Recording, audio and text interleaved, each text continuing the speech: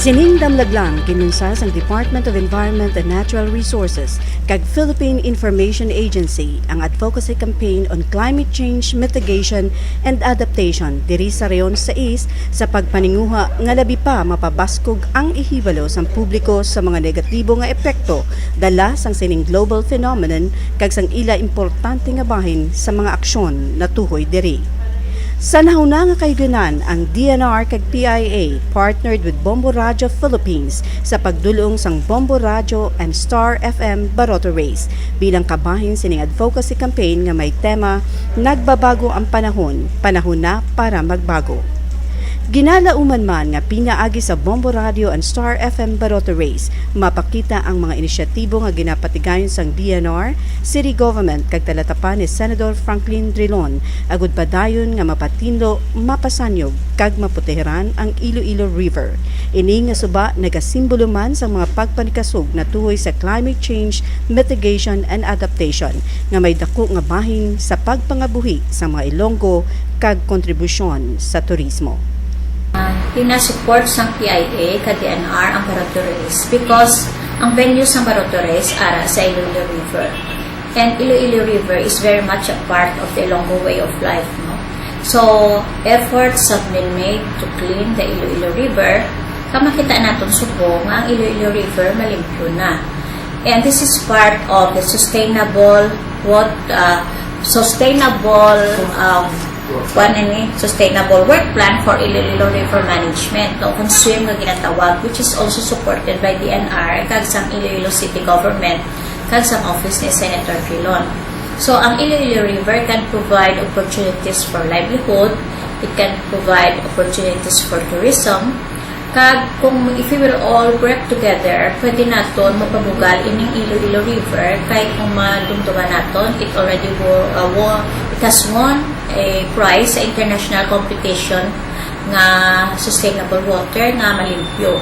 So we are trying to focus attention sa Iloilo River kag agud to maganyat man ang tanan ng mga tao nga hindi lang Iloilo River ay importante kundi ang mga suba man sa ila nga mga nakalain-lain ng lugar dapat limpyuhan naton, hindi dapat nagdaan naton minaula ang aton nga mga basura, but this is a source of food, this is a source of livelihood and an opportunity for tourism development.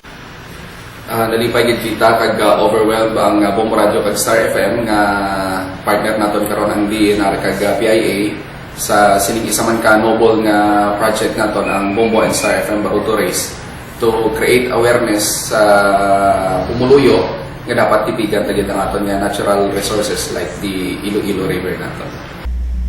Iyari liwat si PIA 6 Director Attorney Janet Mesa kag Bombo Radio Iloilo Station Manager Henry Lumawag sa ila pagpangagda. Ginimbitar namon ang tanan ng mga tawo nga gusto maglantaw sa Baroto Race sa Sabado. This is September 20. Ang sa pagkabalo ko, we have already 23 participants sa category A, kagaw 36 participants sa category B who are from all over Western Visayas. So, bitar naman kamo nga maglantaw at the same time, sa paglantaw ninyo, makita ninyo how Iloilo River has changed from a once dirty river to now a clean river.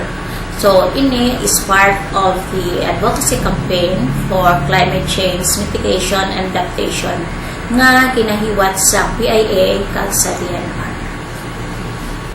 Ginagdata ang aton sining mga tumalanaw kag aton sining mga kabyanan kadto kamo sa Sabado, September 20 sa Iloilo River, besides ang Esplanade 1 and 2 hasta ang aton nga competition sa ang race naton hasta sa may provincial capital. So invited gid ang tanan para mag-enjoy kag maglantaw sa sining Baroto Race naton subong nga tuig para sa aton nga Iloilo River. So pwede ka makalantaw sa may Forbes Bridge, sa may Drilon Bridge, sa likod sa provincial capital, Alandoni Bridge, sa Aquino Bridge, or sa kilid sa may Esplanade. Pwede ka makalantaw dira sa aton nga competition. Category A, may 23 kita ka participant kag tig-isa ina ka manog bugsay. Then sa category B, 36 ka participants or ka entries tigduha ka manugbungsay. So exciting ini kayo kay pauna-una palumba-lumba, so namigid siya nga lang tawon. So kadto kamo September 20 alas 7 sa aga umpisa na kita sa Baroto Race naton sa Iloilo River.